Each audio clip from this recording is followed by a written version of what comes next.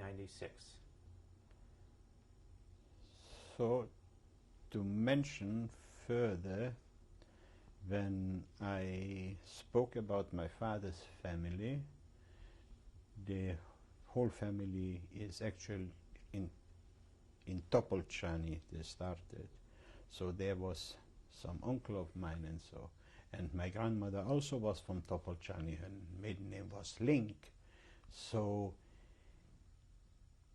there is a Yiskor book for the city of Topolchany, where my grandparents and great-grandparents' name are mentioned, and there is one marriage license in the book, which is from my grandfather. Some other documentation, what they have, it's from no other family, only from my grandfather. And in this book is mentioned all my relatives in Topolchany who didn't survive the Holocaust.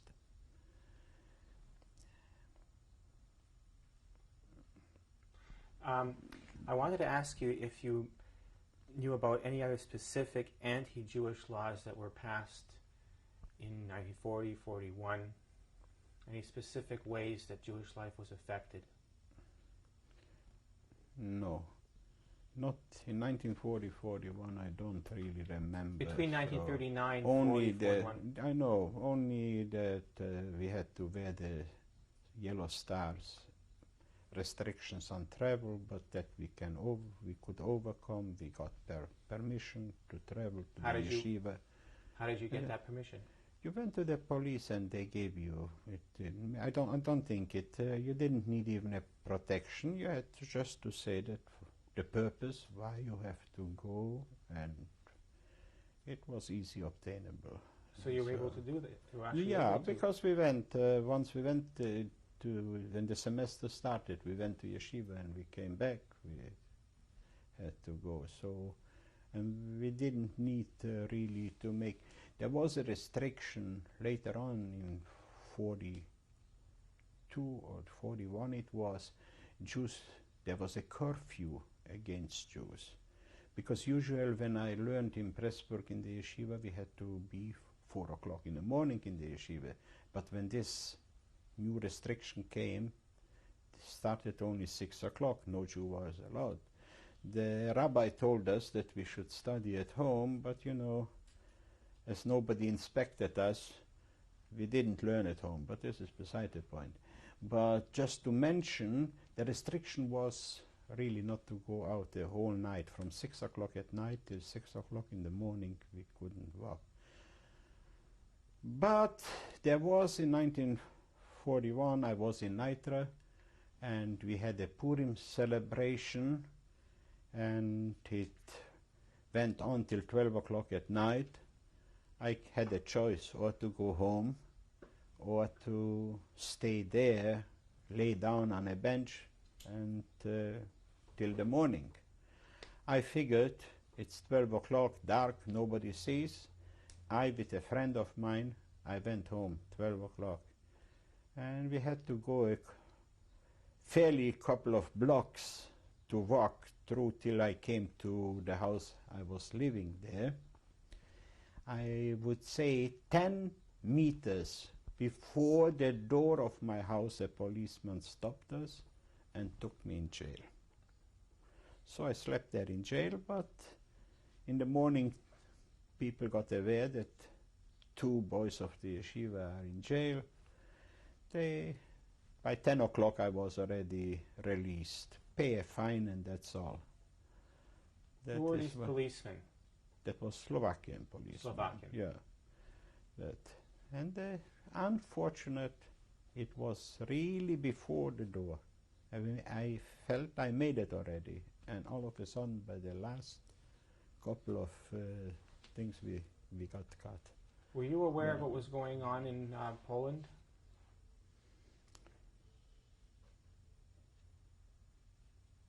Approximately, I would say, to start a little bit chronologically, in 1942, there came a new restrictions. That means all Jewish boys from 16 till age, I don't remember well, till 45, and all girls from 16 to 40 have to register to go to work camps or whatever we knew. So we didn't expect that nothing really in killing stamps or to get killed, but to work.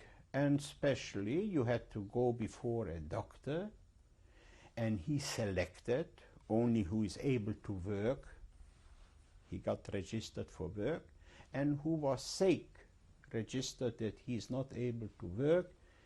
Those guys, they wouldn't take them. But even as to go to work, it wasn't pleasant, not for nobody. And special Jews never liked to go in a formation, or Orthodox Jews to a formation to go to be a soldier, to work, and especially to go to work for the Nazis in Poland. You know, you wouldn't be able to get food, you wouldn't be able then for religious account, you wouldn't be able to get to keep Shabbos, and so who wants to go to even to work? But we didn't expect that, nothing else. Nevertheless, we were at that time all three brothers already in 42. We were all three brothers already in Nitra in the yeshiva. And the rabbi had a son-in-law, Rav Weissmandl, who was a fairly clever guy, also a genius, a giant Talmudic scholar, and he told nobody of the yeshiva students go there to register. If you are sick or you're not sick, only if you are so sick that you know for sure that they wouldn't take you, then you can go. That means to live illegal, because that means you didn't went to register yourself. That means they wouldn't take you to Poland to work. But on the other hand, how you will walk around if somebody will stop you? Why you are not in Poland in work? Well, so that means so everybody followed the rabbi's instruction, and the whole yeshiva, nobody went to register. But I, with my older brother, I was already 16, my older brother was 17, my younger brother wasn't affected yet because he was 15. We figured that we will get papers from a real doctor, from a government doctor, and we will get that we are not able to, papers not able to work, so we will be able to live legally with papers. So how we can get this from a doctor a certificate first that we are safe? The first thing was, my mother tried in Pressburg by the government doctor. My younger brother traveled to Topolchany. It was not far from Nitra, because my uncle had a connection to the government doctor over there. I remember it was a day before Purim, because that time was the whole thing going on in Slovakia. The next day my brother came back with a certificate for me and my older brother from the doctor in Topolchany. My father called, he received already from Bratislava the papers from a government doctor in Bratislava, who was the biggest government doctor in Slovakia. Definitely it cost money, without saying. But once you had money, you can get it. And so we didn't use the papers what my younger brother brought from Topolchany. We used rather this from Bratislava. The papers, it looked more efficient. Nobody told us. And I don't know to explain it by myself. Somehow, the instinct told us the paper isn't worth even paper, the value of the paper, nothing. But the paper is good. When you go with this paper to this doctor who is standing there and makes the selection, and you pay him, then the paper is good enough. Surely enough, we took this paper, we found a connection to this doctor. He took this paper and he makes his little initial on the paper that he should know that this guy paid off. But he said we shouldn't come together, I with my brother. He should come, and after, that means I should come. That's what it was. My brother went at 10 o'clock. He got immediately not able to work. I went afternoon. I got also my papers, not able to work. And it was fortunate enough. We went legally. I had a legal document that I am sick and I don't have to go to Poland. But nobody that time even suggested that they take them to killing. Matter of fact, those boys and those girls weren't really taken to be killed. But those young fellows, they started to build Auschwitz.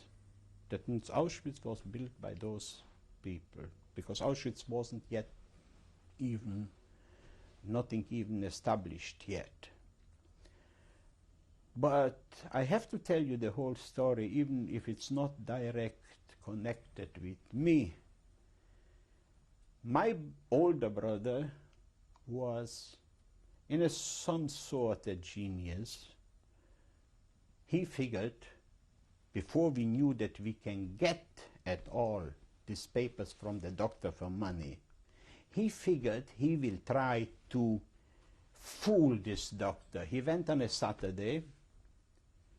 Going on the Saturday, he went there and he spoke to the doctor without paper, and he told him some sickness. He was even a Talmudic student, but he knew a lot of medicine, and he told him from sickness. Sure enough, the doctor said he can work. And he put him to the work, registered to the work. Even then, my brother didn't lost his temper. That means he knew what he has to do. He sent him to the table to register as able to work. He gave a name what doesn't exist, an address what doesn't exist, so his name wasn't even registered there. That means he prepared himself that in case that he will succeed, he will give his own name. In case that he won't be able, he will give a false name. So he wasn't registered. So finally, a couple of days later, we got the papers and he got the whole legal things settled without the paper. But I have to mention here, and it will be very important, they found out the Rav Weissmandl, who gave the order, no student goes to register himself. He found out that my brother was there. What he did, he didn't know. He met my brother and he bailed him out, screaming angrily against him, till my brother had to explain him what he did. So he was relieved. That means he was satisfied that he didn't really went there to be registered. But my brother had a friend, also interesting story, who figured that what the Friedmans will do with money, a friend what he learned with him the whole year, he learned with him together. So, and my brother told him everything what he's doing. He's getting papers from government doctors. So he figured what the Friedmans will do with money, he will do without money.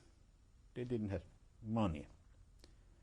So he went to a Jewish doctor, gave him an injection, that he got high fever and he was lying in bed. Then his mother called this government doctor that he should come, and he will see lying there a dead person, and he will give him a certificate. You know what that government doctor said? I don't visit sick people, call your doctor. Now he was sitting there. The mother ran to my mother. She should do something. So my mother got him papers too. I don't know if she paid extra or not. It's included in the price. So he got also papers from the same doctor. He came back to Nitra. From the stations he went to register himself. He figured, I have the same government doctor's paper. But his initial wasn't on. And he put him to the able workers. And he didn't know the trick. My brother didn't told him, and because he left before Saturday, that once you come there to this table, you have to give a name, a false name, false address. So he was registered already as able worker with the paper. Now I found out that how our instinct was working to know that the paper isn't good enough before you pay this doctor. It's only good that the doctor has something on what to base himself or cover himself, that he can get you there. So this friend got very angry on my brother that he didn't told him that you have to go to pay the doctor here, and he didn't told him what to do the case that he sends him to this side. But my brother told him, look, you never asked me, I never knew, you went from the station direct there. So, and I don't know really where we took to know that we have to go to the doctor to pay. So they started to take all the boys, the able work boys who were registered. From the yeshiva they didn't took nobody, because from the yeshiva nobody went. Except us. I with my brother, we went there to register. They didn't took us because we were legally. Again, nobody told us. I don't know where we took this instinct that after a week we didn't sleep anymore at home. We figured that they will take us also. Not only I with my brother won't sleep home, even my younger brother, who is not even 16 years, didn't sleep there. Because once they come to look for somebody and they can't find the people they are looking for, they take anybody who are there. And really it happened. So we went in hiding. It's important to know again. We went in hiding. When was this? In 1942, in the spring, when they took all the young, the able working young boys and girls to, that was the first transport to Auschwitz. That time Auschwitz was a field, and they started to build Auschwitz, those boys and girls.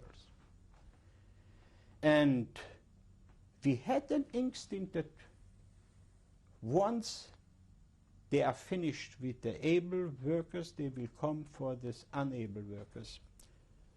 And really, we went out to, during the day, we came there to the place where we lived, and the landlord told us they were looking for you at night. So I don't know how we knew not to sleep at home and so forth. So where we were hiding, that's a very interesting point. I learned together with, you're sleepy. Go ahead. I learned together with a boy whose name was Mechel Gottlieb. His father was the Shoichet in Nitra. Mm-hmm. The place where they used to shack, that was also one of the restrictions, Schieteverbot. That means you are not allowed to shack with us.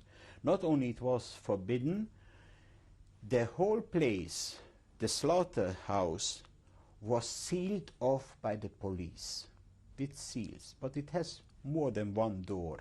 So they sealed off all the doors except one door they didn't seal. It was open.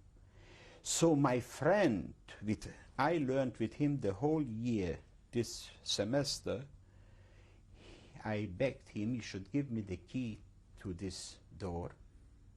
He was yet 14 years, this boy. I was 16. And he gave me the key. There was a room, nice room, and every shochet has to lay down a little bit. There was a bed and everything, and we brought in bed and all other things. And we established ourselves a home. 3 brothers. We had to go, and we took my younger brother.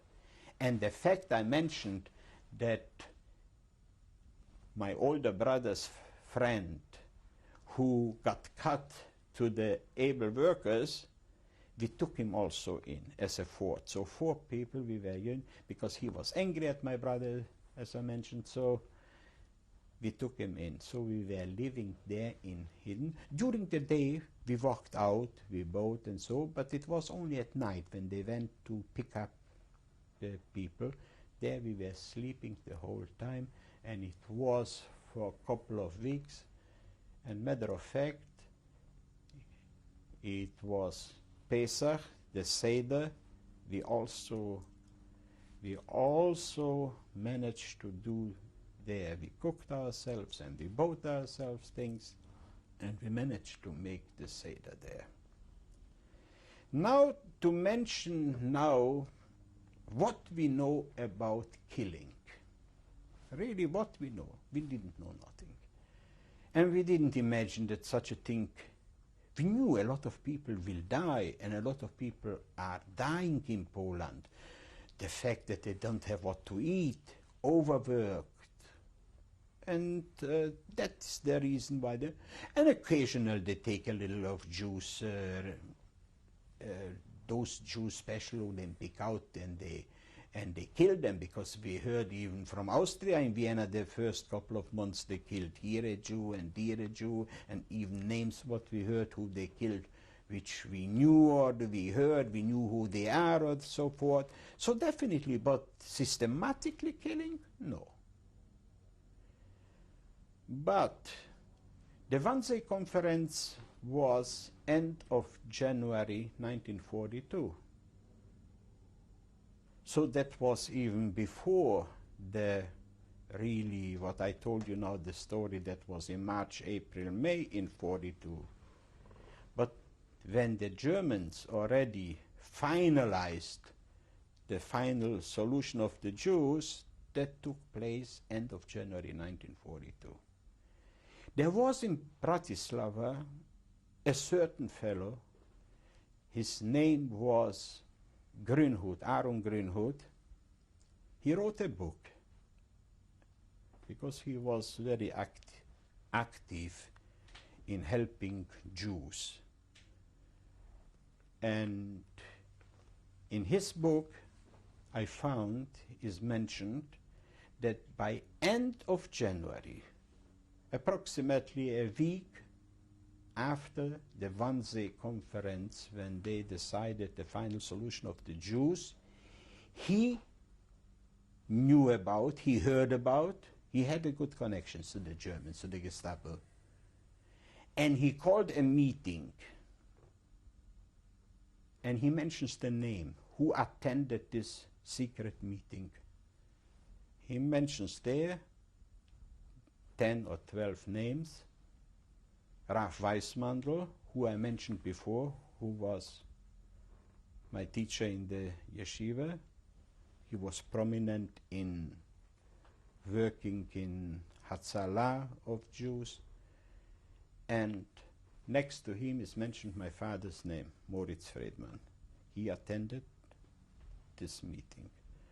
So he mentions their name, like a Kämpfner, who was our Ländler, lived also in Fischplatz 6. That was the house where we lived, and the meeting was also in the same house, by Kempfner in house, by our landlords in his apartment, where he told them, those people, everything, that there is really killing will go ahead. That is the solution. But he mentions there that people didn't believe him, the meeting. That means one particular, what he mentions, this Kempfner. He figured that it's only rumors or whatever, it's not really true, it can't be. The rest of the people, what they believed or not, I don't know. My father never mentioned to me during the days, even though that he came to visit us occasionally, every month at least once, in February, in March, and he didn't told us nothing. But my father told my mother, and my mother told us, I don't remember exactly when, that unfortunately that is what she heard. And all the rest of the Jews, nobody would have believed it, and so forth. And I tell you the truth, I didn't, even my mother told it to us. I figured maybe, I hoped maybe it's not really so, or it won't happen really so. What it's so by end Chalamoid Pesach, we spent the Seder in this hiding place, which was the slaughterhouse. There was one more story which is also worth mentioning. We were 4 people there in the slaughterhouse, and all of a sudden, Erev Pesach, when they took already all the young Jews, and already my teacher, Rav Weissman, knew already that now comes they will take whole families. Erev Pesach, somebody knocks at the door in our hiding place. And we ask, who is it? Rav Weissman. He got also so clever than us, and he went to the other shochet, and he took from the other shochet. And he knew that he had to go in hiding sooner or later, that day or the next day or whatever. Matter of fact, Shvi Pesach, the last day of Pesach already, they started to take all families from Nitra. We had a little incident there. We didn't open him the door. Or mind you, we wanted to open the door, and in Europe you can close the door inside with a key, and so I tried the key and the key got broken. And I told him, I'm sorry, I can't open, the key got broken. I took the second key, broke also. I took the third key, got also. The fourth key I didn't want it to risk anymore. Finally, I found out why the key got broken. The door wasn't even closed. Now you try to open with a key, an open door, so sure, you break the key, it doesn't move. Finally, I figured I don't want to risk the last key I have, then we are inside. So I figured I'd rather try to force the door out. Unfortunately enough, I was at the door. I was talking, and he started to scream. I tell you, I never seen somebody angry as this guy was at us. Furious. So, so furious that he banged the table, and we prepared already the Seder there, and it almost fell down. We had prepared all what we needed, the glasses and so forth. But then later on, he was only accusing us that we were laughing on him. Sure, afterwards we were laughing at him when he was angry. You know, teenagers see a guy, it's laughing.